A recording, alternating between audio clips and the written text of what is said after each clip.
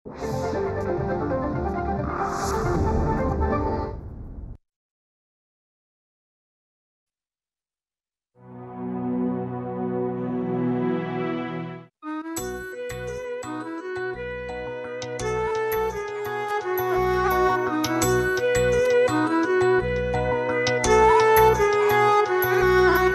उन्हात तापलं, कधी अंधारी लोपलं, परी कधी ना थांबलं आभाळ आपलं आपलं,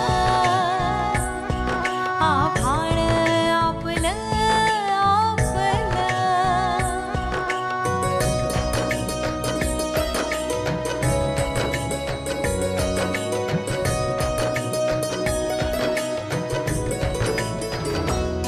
बोलणारा बोलतो, चालणारा चालतो, वाट सरताही सरेना, किती अंतर आपलं आभाळ आपलं आपलं, आभाळ आपलं आपलं. तुला आणि मला आपल्या दोघांनाही अभिनंदन. का? का म्हणजे तू मला आज होकार दिलास.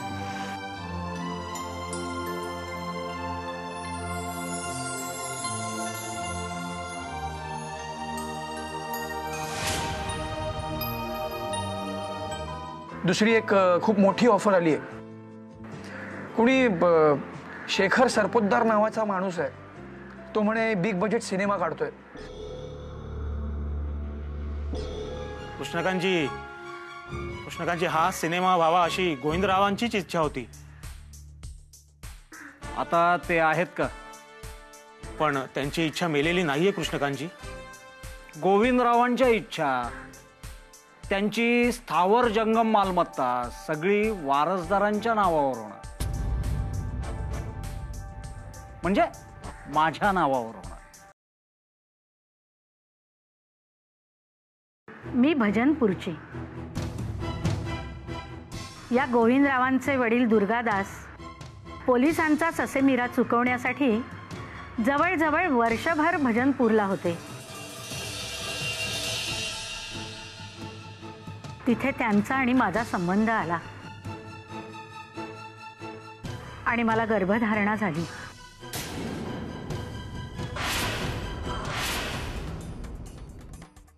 फार उद्ध्वस्त होऊन गेले मी. दुर्गादास देखील घाबरला होता. त्याचं आधीचं लग्न झालेलं त्यानं माझ्यापासून लपवून ठेवलेलं. गावातले लोक भडकलेले. आमच्या हातून चूक झालेली.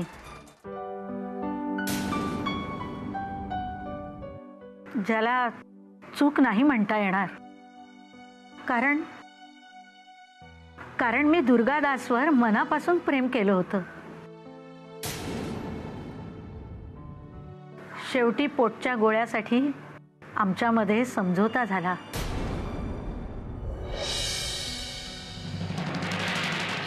मी आणि दुर्गादासनं देवळात जाऊन लग्न केलं.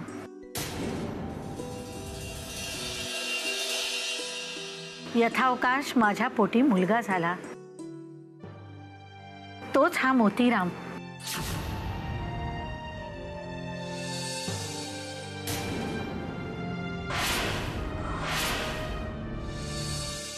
दुर्गादासवरचं अरिष्ट टळल्यावर ते जळगावला निघून गेले.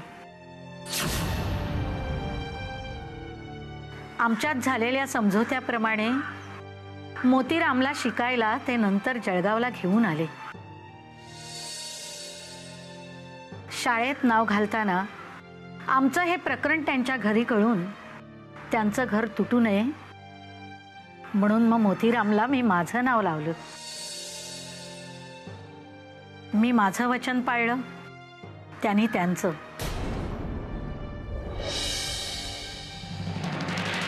मोतीरामला त्याने कधीच काय कमी पडू दिलं नाही. पुढे मोतीरामनं त्याचं हे आश्रित होण्या इतपत अधोगती झाल्याचं मला कळवलंच नाही.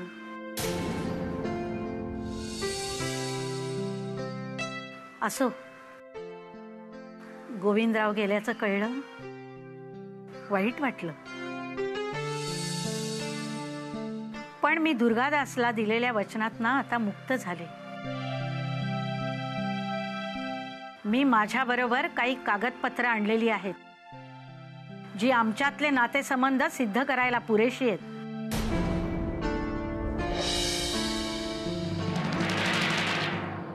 या सगळ्या इस्टेटीचा कायदेशीर वारस आहे मोतीराम दुर्गादास धायमोडे.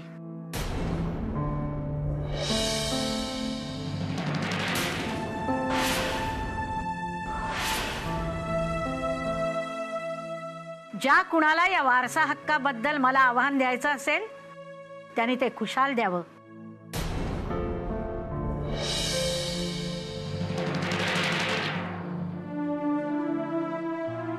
मी देखील आता सगळी तयारी ठेवलेली आहे.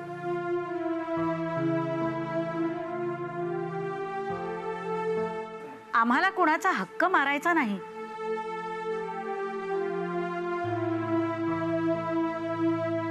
पण जे आमच्या हक्काचं आहे ते देखील सोडायचं नाही. कृष्णकांत, ही संपत्ती तुझी नव्हती आणि नसणार आहे.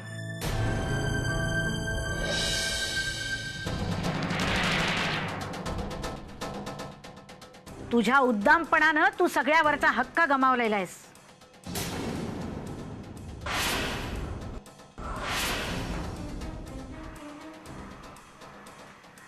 माधवराव, तुम्ही भले वाटता. माझ्या मोतीरामला योग्य ते मार्गदर्शन करा. अवश्य करेन.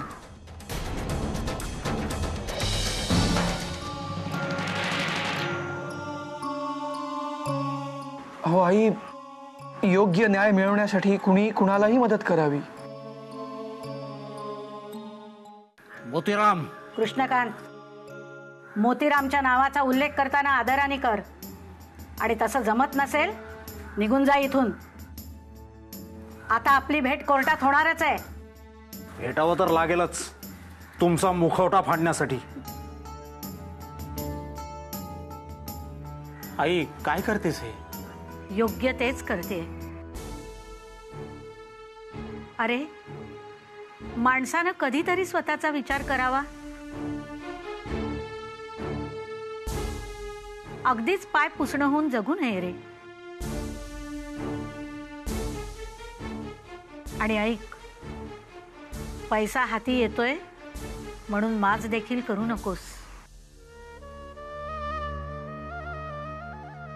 कुणाला दुखवू नकोस.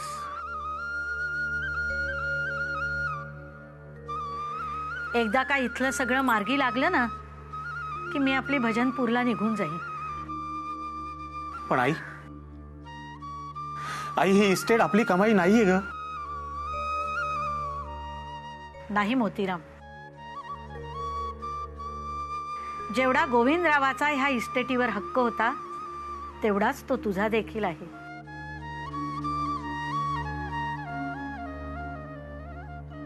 अरे अरे, मी मोहात पडून हे नाही बोलत आहे रे सगळं.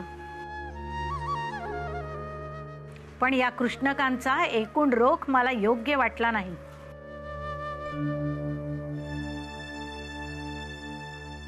अशा अयोग्य माणसाच्या हाती संपत्ती जाऊन तिची धुळदाण होण्यापेक्षा ती योग्य माणसाच्या हातात गेलेली बरी.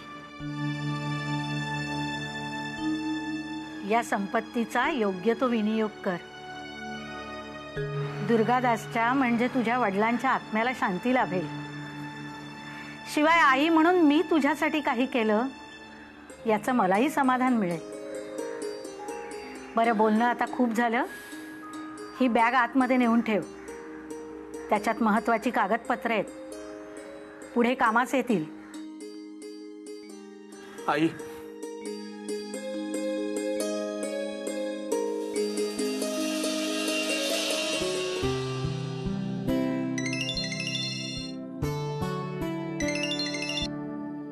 हॅलो मॅडम, अंकुश बोलतोय.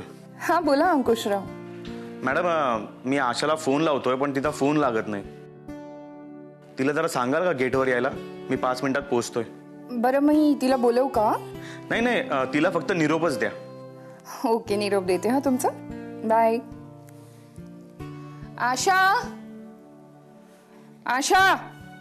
काय ग दीदी? तुझं नाव आशा आहे? अगं नाही, आशा अभ्यास करते. बरं बरं, तिला निरोप दे. अंकुशराव तिला न्यायला ना गेटवर येतात. ओके. अरे हो, तुम्ही इथेच या परत. मला तुमच्याशी काही महत्वाचं बोलायचं आहे. आलेच.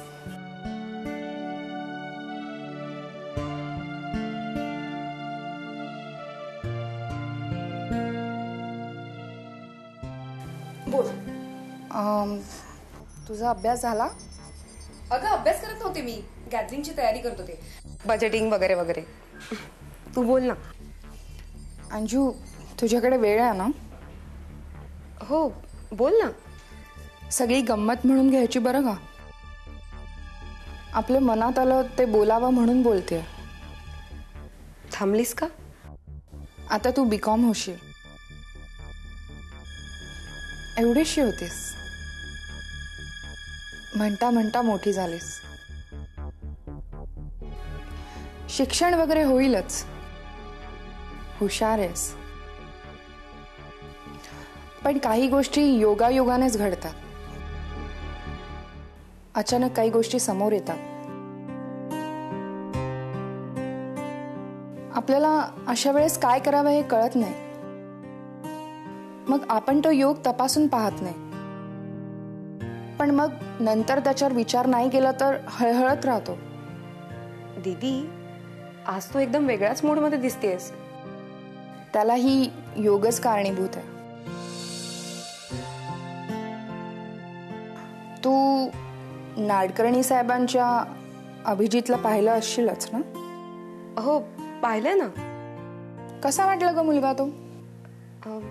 छान आहे, हँडसम आहे, करिअरिस्ट आहे, बोलका आहे.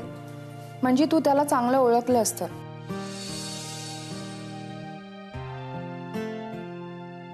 आता थेटच विचारते, तुला तो आवडलाय? म्हणजे कशा संदर्भात विचारतेस तू? तुला माझ्या वागण्या बोलण्यात असं काही जाणवलंय का? नाही ना, म्हणून तर विचारते. पुन्हा मी तुला सांगते, मी हे सगळं सहज म्हणून बोलते. दीदी, जोपर्यंत तुझं लग्न होत नाही तोपर्यंत मी माझ्या लग्नाचा विचारही करू शकत नाही. हे सगळे योगायोग असतात. जर तुझा योग जुळत असेल तर? हे बघ, मी अजून लग्नाचा विचारच केलेला नाहीये आणि अभिजितच्या बाबतीत तर नाहीच नाही. तेव्हा आपण हा विषय इथेच थांबूया. अंजू, तुझ्या मनात दुसरं कोणी? दुसरं कोण असणार? छे, कोणी नाही. अगं मी अजून लग्नाचा विचारच केलेला नाही. ओके, तुर्तास हा विषय सोडून दे. फक्त तुझ्या डोक्यात असू दे, अभिजित चांगला मुलगा. लग्नाची घाई नाही आहे, पण त्याचा विचार जरूर कर. आपल्या नाडकर्णी साहेबांना सुद्धा तू सून म्हणून पसंत आहेस. आता तुम्ही दोघांनी विचार करायचा. असे योग पुन्हा पुन्हा जुळून येत नाही आणि राहत नाहीये म्हणून विचारते. मी जाऊ दीदी? अंजू, रागावलीस? तसं नाही ग दीदी, पण हा विषय अशा प्रकारे अचानकपणे येईल त्याची कल्पना नव्हती मला. आणि ज्याचे त्याचे योग नाव गाव पत्रानिशी कुरिअर सारखे येतात.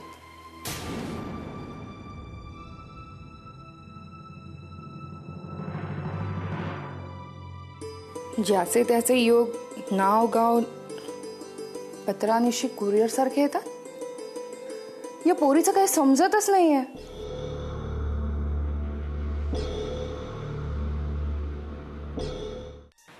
बोला शेखरजी, जरा लवकर बोलाल तर बरं होईल. मला लखनौला जायचं आहे. कामाक्षी देवी? नाही नाही, तसं नाही. जरा लवकर होऊन जा एवढंच सांगायचं होतं मला. हो, प्रोफेशनल एथिक्स. हा, तसंच काही नाही आहे. नाही, तुमचं बरोबर आहे. धंद्यात एवढी सावधानता बाळगावीच लागते. No comments please Shekharji. मला का बोलवलं होतं तेवढं सांगाल तर बरं होईल. नाडकर्णी, मी तुम्हाला आत्ता जे काही सांगणार आहे ते मला कुठून कळलं ते विचारायचं नाही. ओके, मान्य. नाडकर्णी, तुमच्या अभिजितने म्हणे लग्न ठरवलंय. लग्नाचं माहीत नाही, पण प्रेमात असावा. म्हणजे तुम्हाला कल्पना आहे तर? आता शेखरजी, आजच्या पिढीत मैत्री, प्रेम, लग्न याच्यात 3 लाईन्स असतात. त्या वेगवेगळ्या गोष्टी पण असू शकतात, म्हणून म्हटलं कल्पना आहे. तुम्ही मला इथे बोलून विषय काढलात म्हणजे नक्कीच काहीतरी स्पेशल असणार. बोला. तुम्हाला जिच्याविषयी थोडी कल्पना आहे तिचं नाव ज्योती आहे. यस, आमचा अभिजित त्याचा पहिला काव्यसंग्रह या ज्योतीलाच अर्पण करतोय. तीच ज्योती काकोडकर. अभिजित तिच्याशीच लग्न करतोय. थांबलात का? अजून काही सांगायचं आहे का? ती कॅरेक्टरने थोडी समजते ना. सिरियलमध्ये काम करण्याची अतोनात हौस, मग त्यासाठी काहीही करण्याची तयारी, पार दुसऱ्या टोक्याला जाण्याची तयारी, चालण्या बोलण्यातही अति मोकळेपणा. कमॉन शेखरजी, माझ्या उपयोगाची माहिती आहे. तिचं एक लग्न मोडलंय. चांगलं घराणं होतं, मुलगा अमेरिकेत नोकरीला होता, पण हिनेच लग्न मोडलं. तुमचा विश्वास बसलेला दिसत नाहीये, पण हे खरं आहे. अजून काही? थोडक्यात त्यांचं घराणं तुमच्या तोलामोलाचं नाहीये, एवढंच. पण ही गोष्टही तुम्हाला विचार करायला लावणारी आहे. नक्कीच लग्नापर्यंत प्रकरण गेलंय. कन्फर्म करून घ्यायला हवं. थँक्यू शेखरजी, मी काळजी घेईन. निघू मी आता? हो तर, तुम्हाला लखनौला जायचंय. माझं नाव तुम्ही सांगणार नाही अशी अपेक्षा बाळगतो. शुअर. या.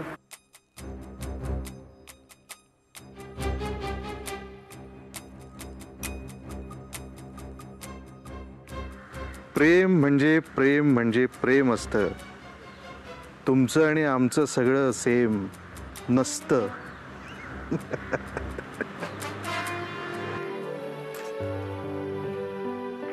हाय अंजू, किती वेळ वाट बघायची तुझी? ओ मॅडम, मी गॅदरिंगची सगळी तयारी करत होते. आणि पत्ता कुठे तुमचा? कॉलेजला दांडी मारताय. वा, नवीन सिरियल मिळाली वाटतं. नाही ग, ओळख पाहू काय झालं असेल. नक्कीच काहीतरी स्पेशल आहे. एवढी खुशीत दिसतेस. येस अंजू अंजू अंजू अंजू अंजू अंजू अंजू हो, I am so happy today. I am in love with somebody. काय? येस खरंच? हो. कधी कोण आहे सांग ना. Lucky lucky. तो लकी असेल कदाचित, पण त्याच्यापेक्षा कितीतरी पटीने जास्त मी लकी आहे. Handsome, dashing, bright career. बोल का बोल एवढाच म्हण ना. श्रीमंत आहे, पण त्याचा अजिबात गर्व नाही त्याला. Always down to earth. आणि तुला माहितीये, लवकरच त्याचा एक कविता संग्रह सुद्धा प्रसिद्ध होतोय. बापरे, इतक्या सगळ्या गोष्टी एकाच माणसात. भाग्यवान आहेस बाई तू. आणि यू नो व्हॉट, त्याने मला प्रपोज कसं केलं?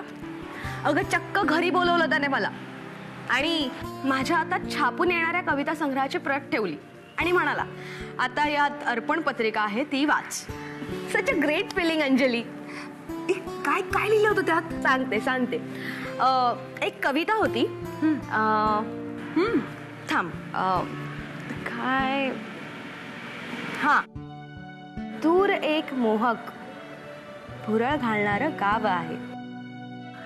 दूर एक मोहक भुरळ घालणारं गाव आहे. हिरव्या पाण्यात जणू तांबड्या टोपड्यातलं एक बाळ आहे.